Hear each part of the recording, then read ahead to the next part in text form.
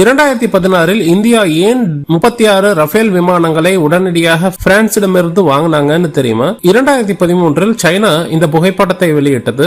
இதுதான் சைனாவின் 5ஆம் தலைமுறை விமானமான J-20 மற்றும் அதில் பயன்படுத்தப்படும் PL-15 என்ற ஏவுகணைகள். இது ஒரு 5ஆம் தலைமுறை ஸ்டெல்த் விமானம் என்றும் இதனை ரேடாரில் கண்டுபிடிப்பது எளிதல்ல என்றும் சொல்லிட்டு இருந்தாங்க. இந்த ஏவுகணையுடைய வரம்பு 200 கிலோமீட்டர், அதாவது 200 கிலோமீட்டர் தொலைவில் உள்ள விமானங்களை தாக்கி அழிக்கக்கூடியது.